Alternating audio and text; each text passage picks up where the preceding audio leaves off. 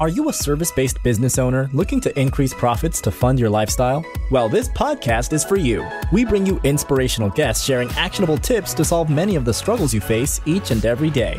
And now, over to your host, Paul Higgins. Hello to the Build, Live, Give podcast. If you're a first-time listener, welcome. And if you enjoy it, please subscribe. If you're a regular, thanks for your support. Love to get your feedback at paul@buildlivegive.com. It means the world to me when you do.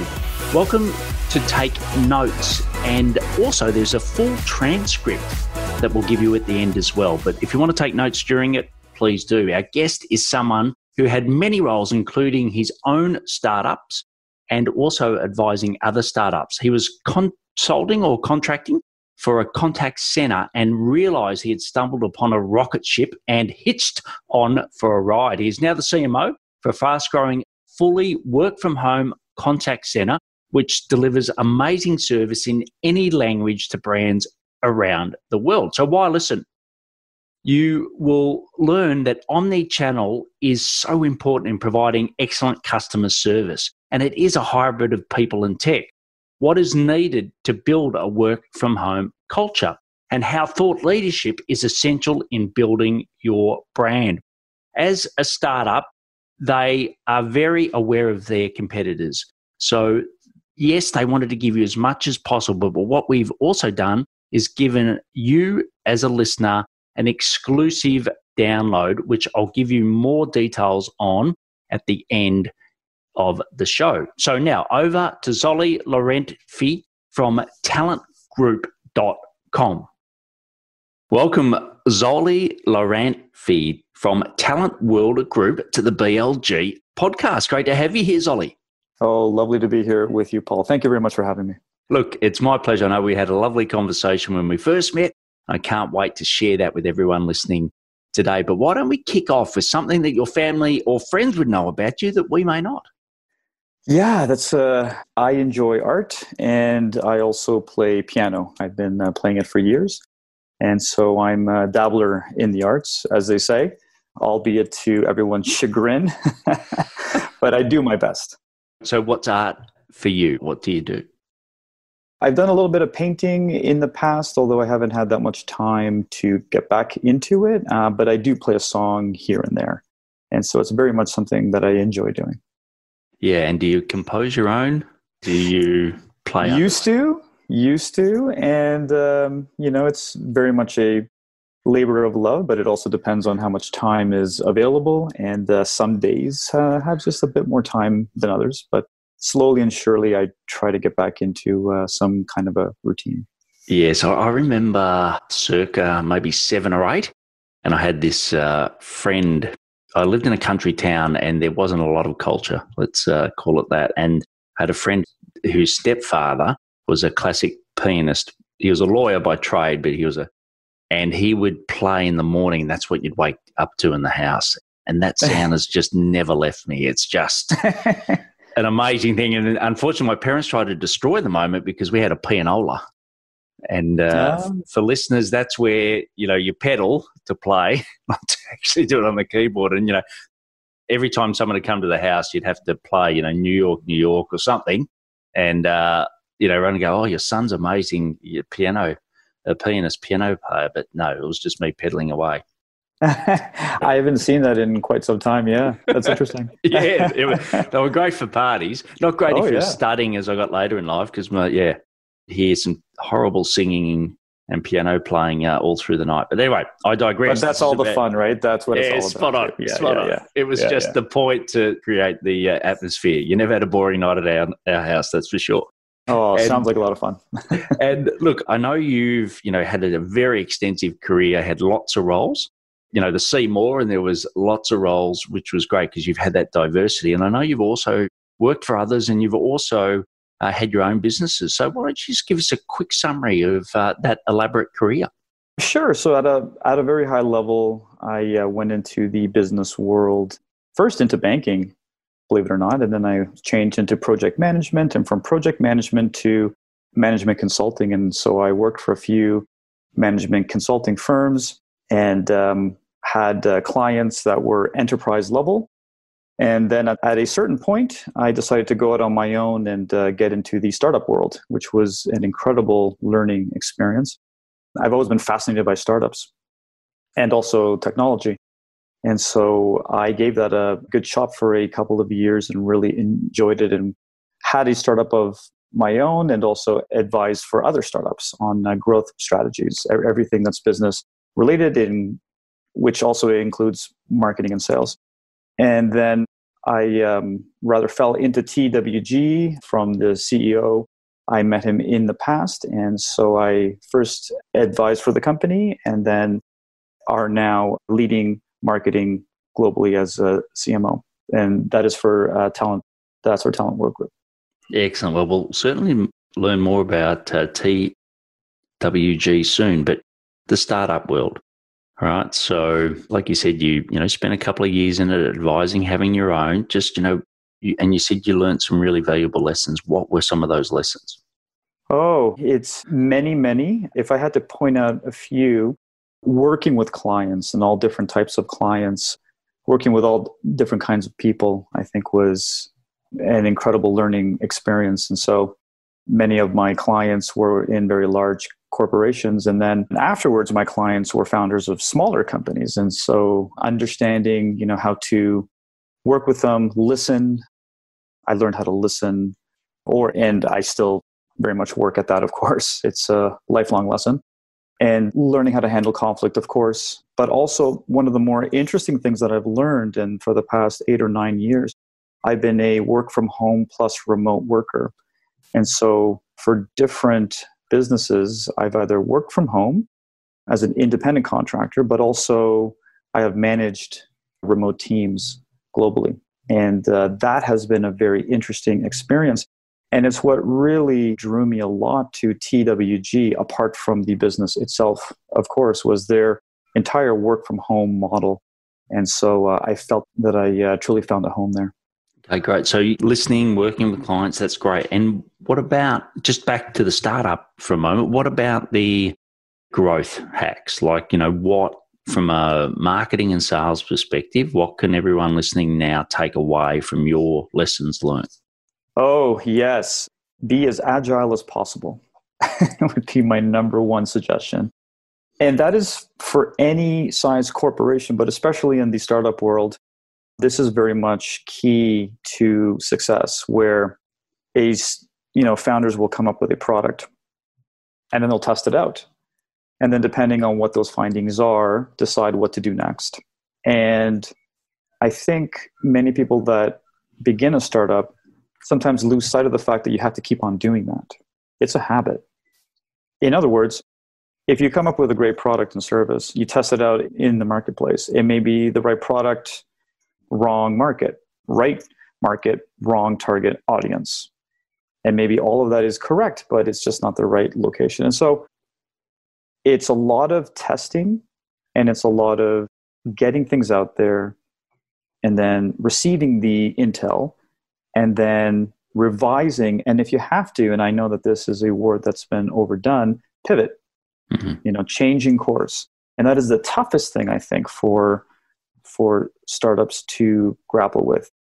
But that type of agile thinking is also now being practiced with larger companies, especially when we're trying to create new products and service for the marketplace. And the world just goes so fast. So that would be the one piece of information for startups is, learn to fail quickly. That's one of the sayings that that everyone talks about. It's just another way of saying that you have to try things out, you have to test them, you have to analyze them. And then based on that information, that will give you the intel to decide what to do next. Yeah, look, I think, and you talk about pivot, I think that is the word for 2020. It nearly gets to the point where people are saying, I didn't pivot versus pivot, because everyone's had to do that. And I think so true. And I think taking that agile, or taking sprints and tests and all of those things that are in the startup world, I've spent some time consulting there myself, and bring that into your own business is really valuable. And I think there's some, great books out there to support that methodology. So just search for it, and you'll get a treasure trove of them. So, we'll go into the build section now. So when people say, Hey, Zolly, what do you do at TWG? How do you best describe? Sure. I lead their global marketing practice. So my background is branding, content, and digital. And so we are a global company and we're 100% work from home. And so I work with some amazing people, and daily we try to figure out the best ways, to message what we do both internally and externally. Okay, great. Great. And when someone asks, what does TWG Group actually do? What do you do?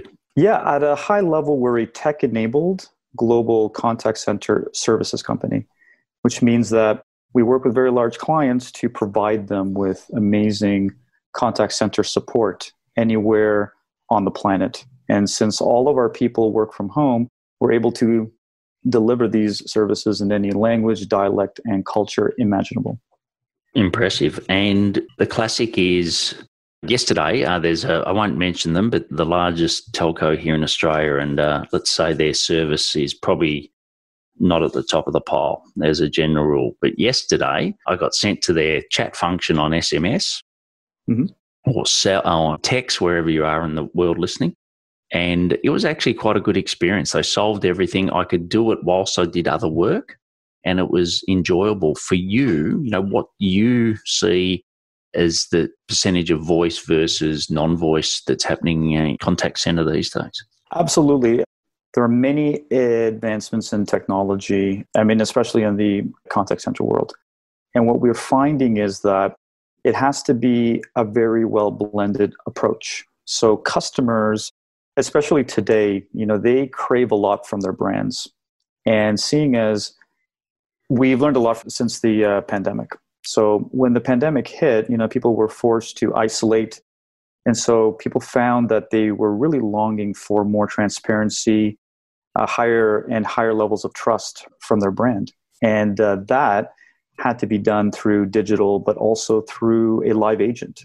So in the customer-centered world, many people prefer speaking to live agents, but it's not the only form of communication. So it has to be an omni-channel approach, not just a live agents or not just technology, but a very good combination of both, because that is the way that people are taking in that information. And it's one of the wonderful ways that brands can really continue to build those relationships between their product and service and their target customers. Is there any, automatically it comes to me, demographics, that younger demographic would be more non-verbal versus older, but is that the way you're seeing it play out? It's very interesting. It really depends on the product and the service. And so what you will see is that it really depends on people's facility with technology, but there are certain products and services where you must speak with people. So from the contact center world, it can be anything from survey questions, but it might be troubleshooting, and then getting really into very specifics about a product or service. What we see is that it's more the evolution of the contact center agent. As the technology and automation becomes more advanced, what we see happening is that the first lines of communication might be, let's say, a bot, right? Some form of automation. But that's not replacing the agent. What that does is it takes away rather the mundane tasks that an agent does, and then allows the agent to be somewhat more of an expert, an advanced person in that particular field. So this is very much disrupting the contact center model, because traditionally speaking, agents in the contact center world were perhaps early in career. Maybe they didn't finish their education as of yet. Maybe it's a student that's just looking for this as a stepping stone into something else and wasn't seen really as a career path. These services that we offer are more in terms of a premium quality service, because our agents are very much advanced in their careers. Seeing as that everybody works from home, we're able to source the most talented and experienced agents from anywhere on the planet. So borders don't mean anything in that world anymore. So the services that we offer come from agents that are much more further ahead than the typical contact center agent. But we also use technology to very much enrich the entire customer journey that happens.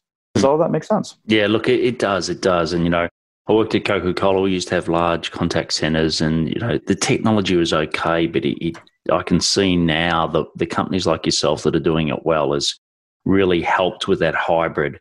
And there was the talk that, well, certainly in our boardroom, that we wouldn't have any agents by now, and it's the classic case where the technology never quite goes as far as the dream, or as quick as the dream wants it to be. And I think that hybrid model is really good. And you talked from, work from home. So what are some of the key lessons you can share with us about getting work from home right? Yeah, so working from home is one of those things that has been around for quite a long period of time. And we see that the difference today is how it's being led by the company and leadership. So the way that companies, traditionally speaking, handle working from home is that it's a temporary measure, right? So maybe you can work a few days a week. If something goes wrong, then let's put people to work from home. We find that approach is the main reason why companies are having a difficult time. It's very easy to send your workforce home and then get things started. It's a whole different thing to keep that going and also have it very, very successful. That's a very different stage. But for that to happen, there has to be a change in mindset within the company. So from leadership itself, it can't be a simple temporary fix, as it were, but it has to be a company-wide led movement and driven from the top down and also bottom up. Everyone has to be 100% into it. Now, that's for an entire organization like ours.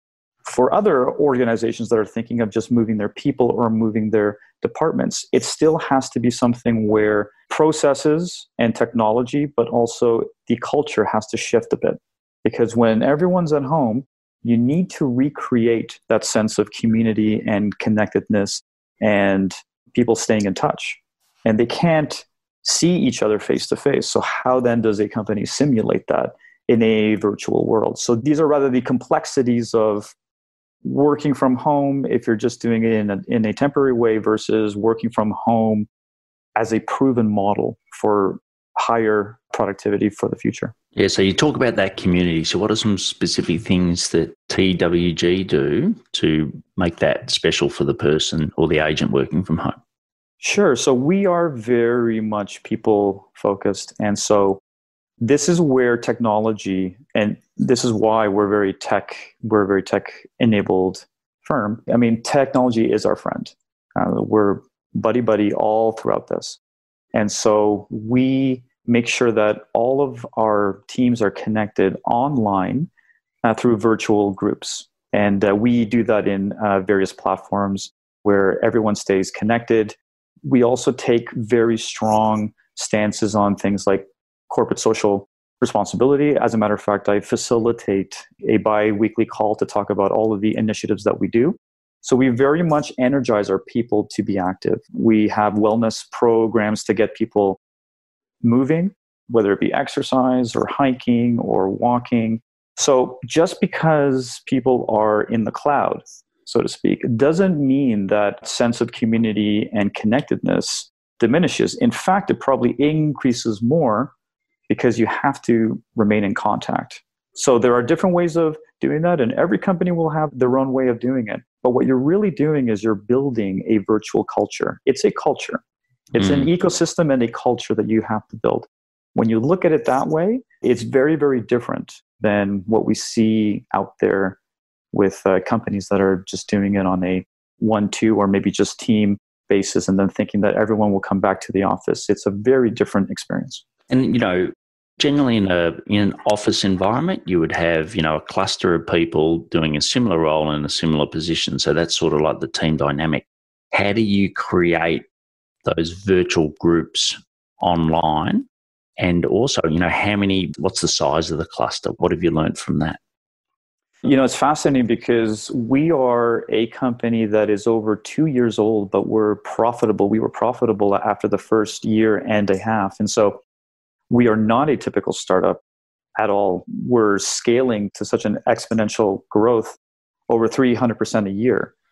And so what we found is that working from home also helps us scale. And the way to do that is to have those teams collaborate very closely together. So we are very much in contact. We're very much in contact daily, weekly, monthly. And again, these are different moments of having virtual meetings and collaborations and then just chats. And we just have basic chats where we are just trying to keep people together. We find that takes a life of its own if done properly. So from the very, very beginning, because we've had the advantage of being a work from home culture from the very beginning, we've instilled all of these processes and then married them very nicely with the technologies that we use.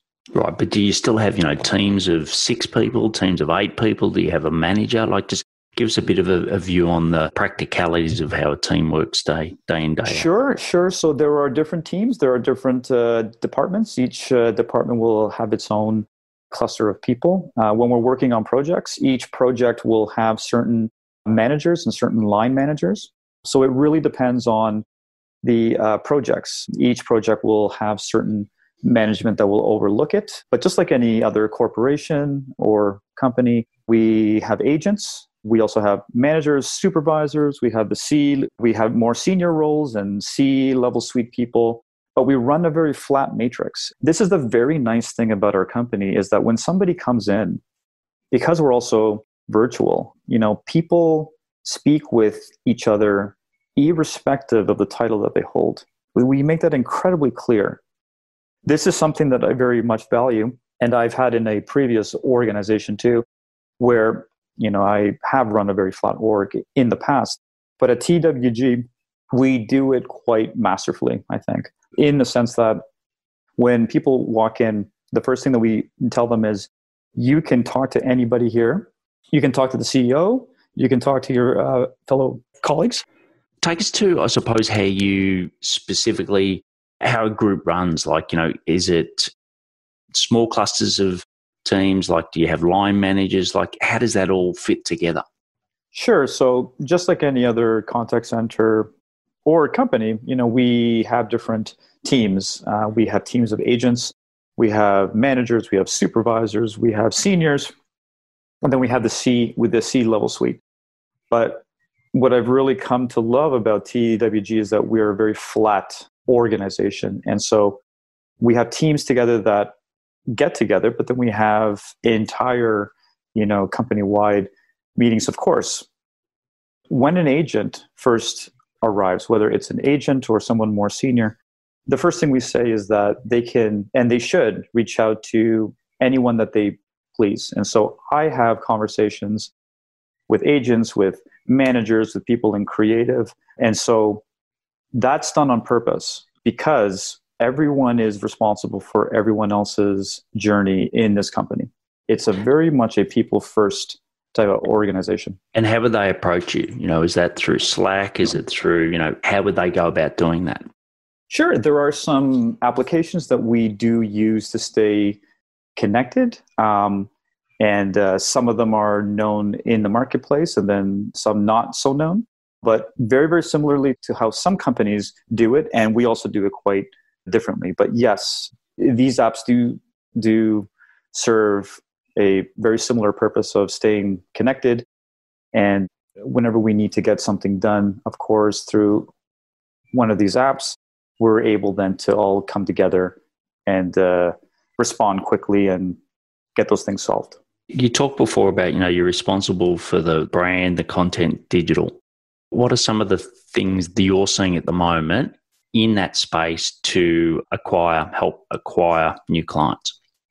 So the contact center world is a rather interesting one in that there are many players and it's a very full and cluttered industry in a way.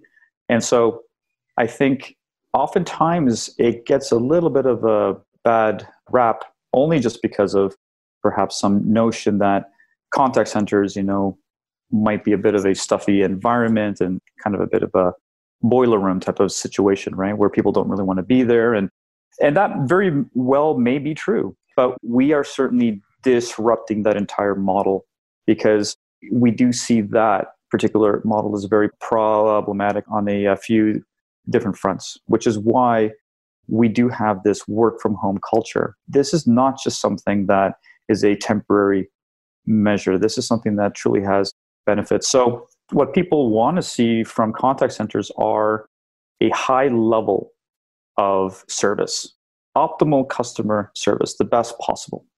And customers demand it. And that is primary. That is number one. They look for brands like us to be dependable, to be flexible, to understand them, to understand their customers. At the end of the day, we become the leaders for our brands to their customers. We become the face of them sometimes. So we must be on point at every step of that journey. So we need to understand our customer. We need to understand their customers. And we need to understand what that journey looks like for success. And also customers demand security. Of course, data and security are paramount for our industry. And for us, it's not something that's just left to the side. We are very stringent when it comes to being top of the line on all levels of security, on all certifications. And that is something that we have a dedicated team that continuously makes sure that we're ahead of the curve when it comes to that. And so those are some of the attributes we see that customers demand, and more they demand higher levels of service, but they also demand not just results, but transparency, right? And we feel that we've had this concept and we've tested it out, and it has already worked. And so this is attributed to our success.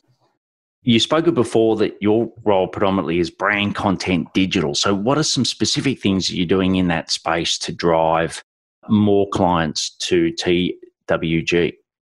We feel that, especially during this time, that people want to understand brands more deeply. And so social is very, very big. And social really allows, that content that we have to connect with all different types of audiences, whether they be agents, whether they be clients, whether they be prospects, whether they just be people that are curious, to find out what we in fact do. Content is certainly key, and connecting with our audience is paramount. And so we find that during COVID, this is the time really to utilize digital, especially social. Yeah, and in social, so, with content, is it, more video based? What are some of the themes that you're seeing? We see a lot of different trends happening. So video is making a big splash. We also see thought leadership, especially in various areas that we play in, as very, very strong. And so we're very much on the side of thought leadership and leading with that, but also showing, who we are as a people-led company. So there are a few different themes there. Okay, excellent. Well, look, before we go into the live section, I'd like to talk about our quiz to help you work out if you're running a profit machine or a sweat box. Just go to paulhigginsmentoring.com/quiz and answer the questions in less than 5 minutes. You will be placed in one of 4 percentage ranges with custom actions, including a free 45-minute strategy call to walk away with a clear plan based on your results and a chance to share your story, just like Zolly here on this podcast. So just go to paulhigginsmentoring.com/quiz. So we'll move into a different gear. It's the live section, right? This is about you. So what daily habits make you successful? Sure. I'm an early riser just like yourself. And so I get up at 4:30, and I find that a good cup of coffee to start your day never hurts. I'm big on exercise. And so really preparing for the day before is important for me, seeing as I'm getting up quite early. So there is a bit of a routine with exercise, but it's also trying to eat right and just trying to live, a healthy lifestyle with activity, getting outside as much as possible, and moving in between meetings, which is really good. Great. Well, the next is the give section. So what is a charity or community you're passionate about, and why? Yeah, so I have been I have worked before with the Special Olympics. And so here in Toronto, we had the Special Olympics last year, and we were receiving all of the wonderful athletes that came in from different places in Ontario to compete here. And it's a wonderful movement, and just seeing, how kids are coming in all excited, and then when they return, how they've won all those medals. I mean, it does something to you very, very special. So that would be my organization of choice. Excellent. I give to a charity called the Purple House. So it's purplehouse.org.au. I give all the proceeds of my book and also a proportion of my revenue. So you can reach out to them to find out more. And the last section is the action section, where I ask you some questions and get some rapid fire responses. So the first one is, what are your top 3 personal effectiveness tips? I would say creativity, focus, and drive. Okay. And what's a piece of technology that you couldn't live without in running, or more importantly, I suppose Talent World Group couldn't do without? What I couldn't do without is probably my mobile. That is very important. What we couldn't do without is probably our laptops and PCs. But I think, that falls into line with mobiles too. And what's the best source of new ideas for you? People. Speaking to as many people as possible. People have wonderful ideas. I love getting ideas from anyone that I encounter, which is probably why I ask a lot of questions, which I think is why you ask a lot of questions yourself. And the last question is the big one. I always leave it to the end for that. So what impact do you want to leave on the world? Yeah, that's a very good question. I definitely want to leave something that I think helps others, whether it helps their daily life, whether it puts a smile on their face. I am very much for contributing. And so if what I'm doing helps your day or makes your life a little bit easier or impacts it in some profound way, that is really the legacy I think that I would like to leave. Excellent. Well, it's been fantastic having you on the show today, Zolly. You can find more about Zolly and also the company Talent World Group at talentworldgroup.com. Thanks for being on the show today. Thank you so much, Paul. Appreciate it. So Zolly had to walk a tight rope here by giving you as much value as he could, but also respecting the fact that, they are a young startup and it's very confidential. So what we did manage to do was to get you a specific download, which is going to talk about how they run their culture, a fully work from home culture that you can take and apply into your business. So just go to talentworldgroup.com/BLG to get that. You can get the full transcript of the show at Paul Higgins Mentoring/podcast. So I'd love to know, what is your biggest takeaway from Zolly? Please take a photo of the podcast cover and share it on your socials mentioning Zolly and TWG, Talent World Group. If you believe someone would benefit from this show, please share. They will love you for it. Fill out if you are running a profit machine or a sweat box quiz at paulhigginsmentoring.com/quiz. Please take action to build a profitable and sustainable business. And as always, stay well. Thanks for listening to the Build, Live, Give podcast. If you like what you heard, please share it and leave us a review. It would mean the world to us.